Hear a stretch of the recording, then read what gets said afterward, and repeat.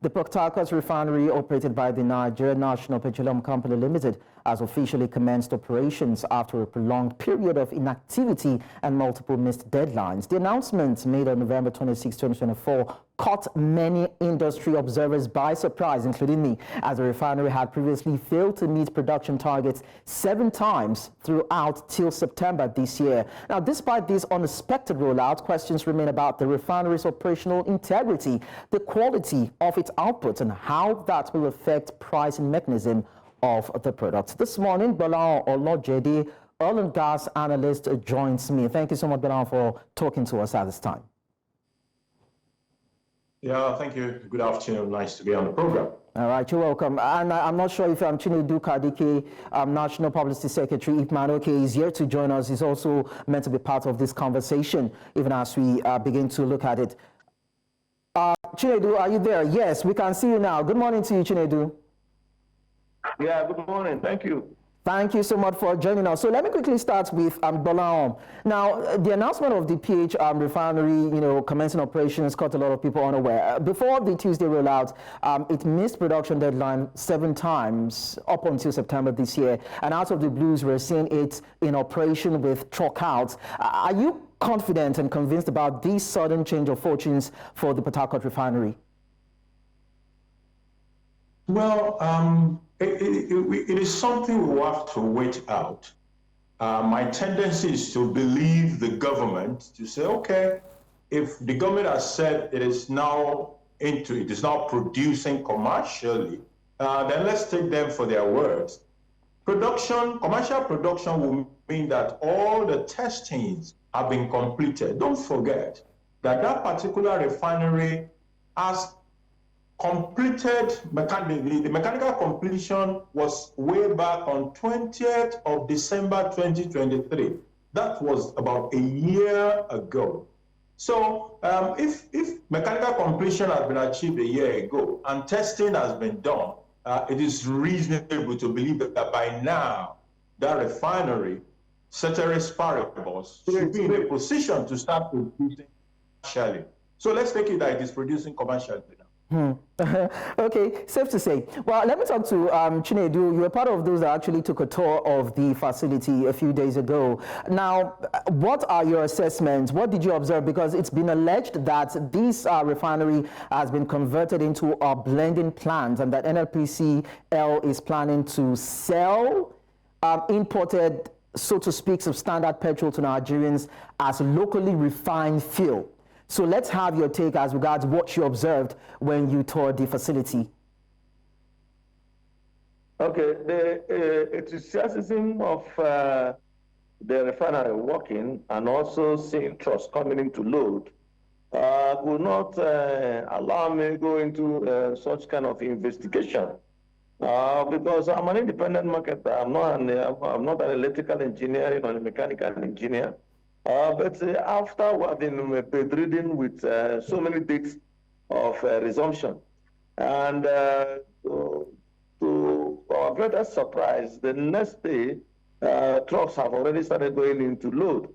So it is a thing of joy. It's kind of reinvigorated the place, which has been very, very obsolete for a very long period of time. Yeah, you said you were surprised, Chinedu. Chinedu, sorry to come in. You said it's a thing of joy, but you said you were surprised to see that trucks had already started loading.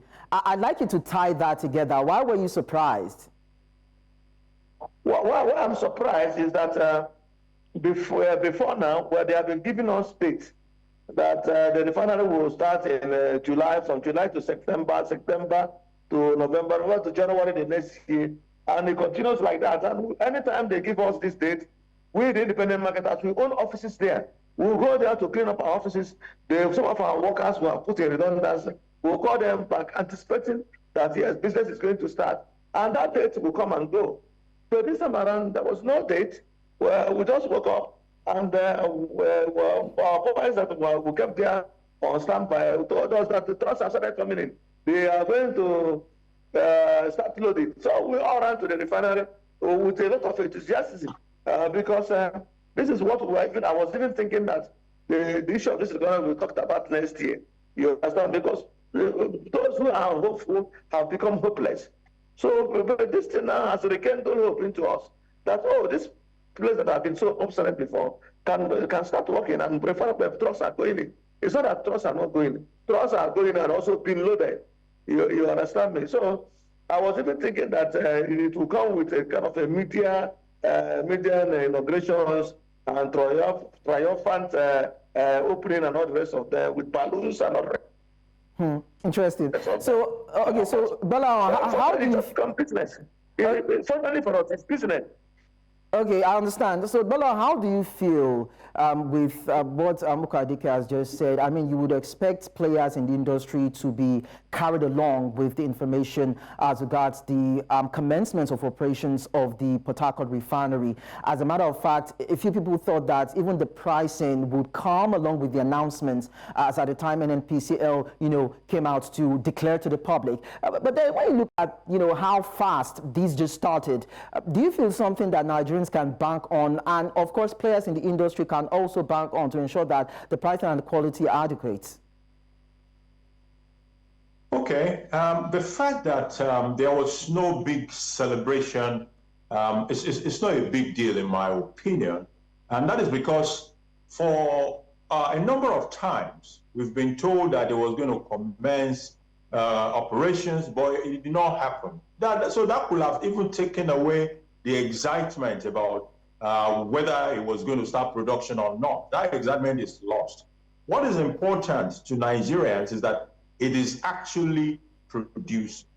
So according to the other gentleman who is an independent marketer, so he was there, so he must have seen that trucks were indeed loading in that place. And that is a warm news for Nigerians. The issue of celebration is immaterial.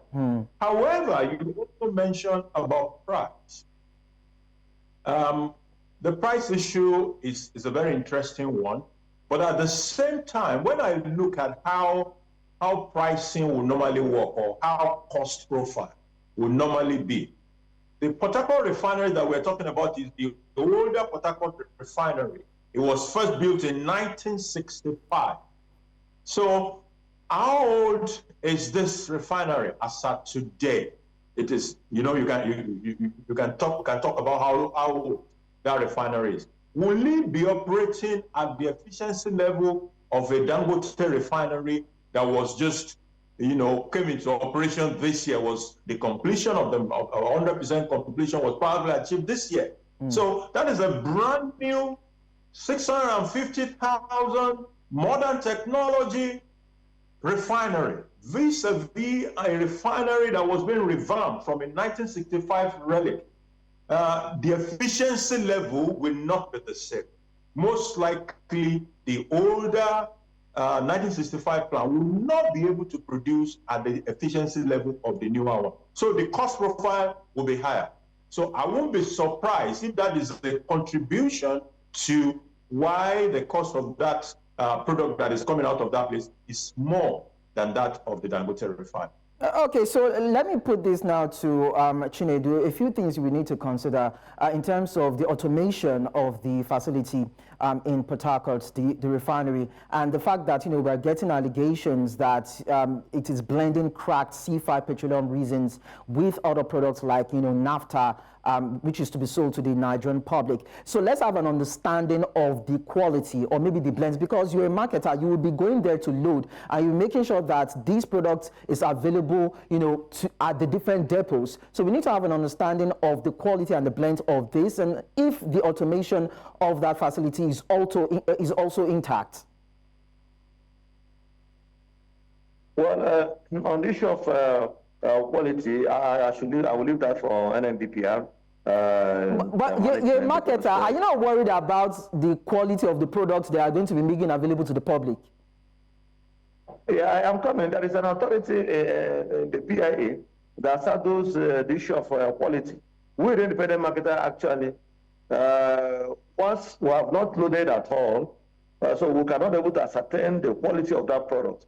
The product that was loaded was exclusively for NPCL, maybe because of the test running. Maybe by next week, we will start loading. And from imports or feedback we have from our customers, we can be able to now categorize the product. Because it is only when there is usage that we can, out of experience, say, yeah, this product is good based on our customers are saying that it's not burning fast and that it's more longer in terms of duration.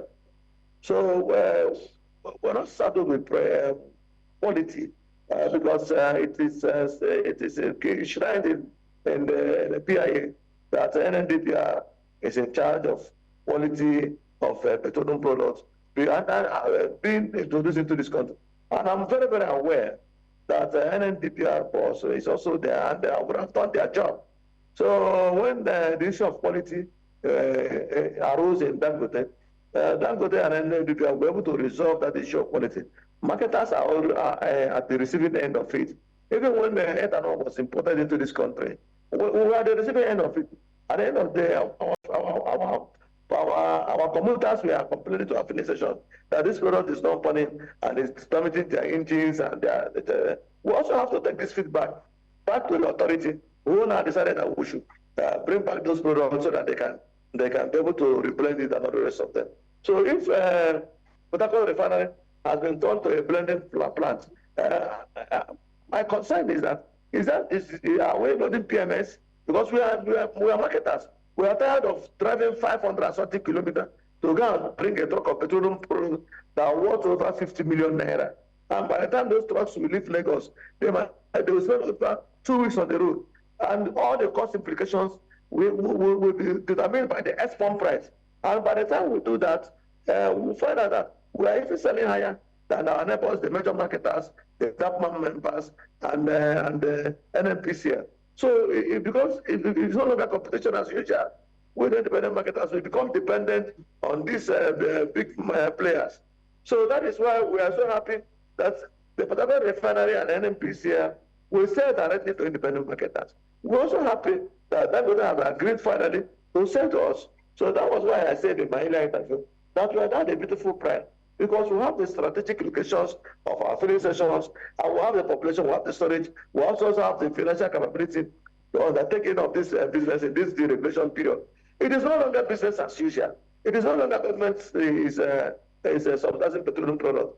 Yeah, we know that, you know, it's how you will sell. Yeah, we know that the sector is fully deregulated as it is. You know, even despite the fact that we are hearing that the petrol from the PH refinery is 75 naira higher than what Dangote is selling, 970. We're already looking at 1,045 naira. So by the time you put all these pricing speculations together for IPMAN, is there a possibility that there will be some sort of reductions? Are there going to be some sort of permutations or maybe calculations that helps us understand that, okay, maybe at some point we will see a reduction when we now see that we're in a very competitive state? We establish our business to make profits. We are not here to be dependent on anybody. Any refinery that sells cheaper for us, we will go there and buy. If an NPC is selling 1,000 for something naira, we dependent marketers will not buy. It's very expensive. How can we explain that to the filling station owners?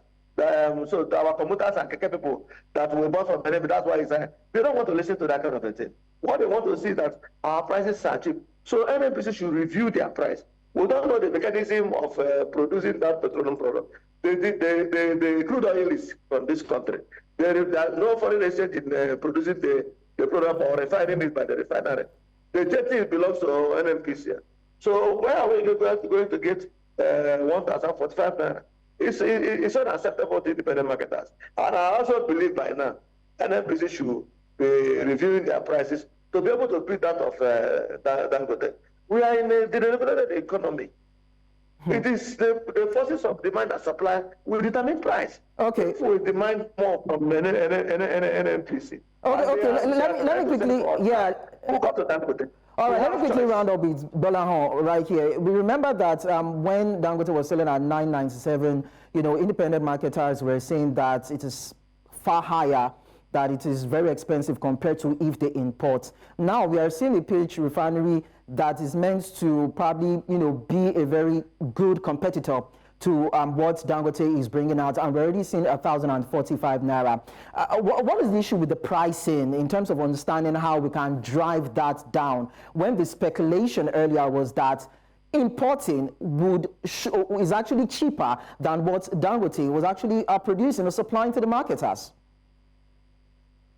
Okay, let me first mention something about okay, let me talk to Gbolahan. Go ahead, please. Yeah, let me quickly say something about the capacity of the production from the Port Harcourt Refinery to create a competitive impact in the market. I think is going to be very low. And the reason is this. Dangote is a 650,000 barrels per day capacity refinery. At 70% capacity, the Port Harcourt Refinery will only process 42,000. That is about 6% of Dangote's capacity. When all you bring to the market is 6% of the possible pool, you cannot present a competitive edge in that kind of a market. The guy that is able to produce 94 would definitely dominate the price, dictate the price in that kind of a market. So the competitive impact of the volume that is attributable to PH Refinery right now is insignificant and will not move the needle as far as competition is concerned. The other part, of course, is the stories around whether import is cheaper. If import is cheaper, that is also something we should find out. Why should the import be cheaper? The record says that October import was even bigger than the previous period. And October was when we probably can say, oh, Dangote was already fully in the market. So why did we still import a lot more than we even used to do? So there are parts of these stories that requires further transparency from the regulators. I don't think we're getting the full information about what exactly is going on. Transparency will help the market, and it will help consumers and independent market. It will help everybody to be on the same page as to what exactly is going on. As we speak today, it cannot be said that the level of transparency that we have in that space is good enough. All right, thank you so much, Gbolahan Olojede. I would have loved to take Chinedu's reaction, but then I think we're pressed for time right here. But I think the ball stops at the table of the NNPCL to see how this can ease the burden on marketers, on consumers in terms of the price. Well, let's see what the information will be in the coming days as a feedback from the NNPCL, looking at what all these is generated. Gbolahan Olojede, Oil and Gas Analyst, Chinedu Ukadike, National Publicity Secretary for IPMAN. Thank you so much, gentlemen, for talking to us at this time.